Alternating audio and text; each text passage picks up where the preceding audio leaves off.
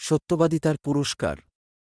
একদিন নবী কারীম সাল্লাল্লাহু আলাইহি ওয়াসাল্লাম এর দরবারে একজন ব্যক্তি উপস্থিত হল। সে বলল, হে আল্লাহর রাসূল, আমি অনেক পাপ করি। আমি কিভাবে আল্লাহর কাছে ফিরে আসব? রাসূলুল্লাহ সাল্লাল্লাহু আলাইহি ওয়াসাল্লাম তাকে বললেন, সত্যবাদিতা অবলম্বন কর।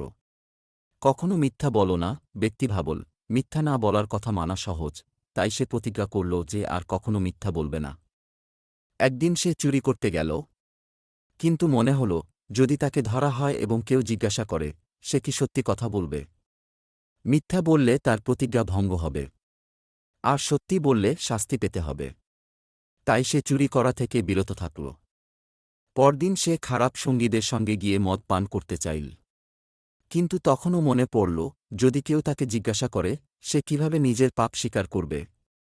ফলে সে মদ পানও ছেড়ে দিল। এভাবে একে একে তার জীবনের সমস্ত পাপ কাজ বন্ধ হয়ে গেল। কেবল সত্যবাদিতার কারণে তার জীবন পরিবর্তিত হয়ে গেল। এই গল্প আমাদের শেখায়, সত্যবাদিতা মানুষের চরিত্রকে সুন্দর এবং পবিত্র করে তোলে। আল্লাহর সন্তুষ্টি অর্জনের জন্য সত্যবাদী হওয়া অত্যন্ত গুরুত্বপূর্ণ।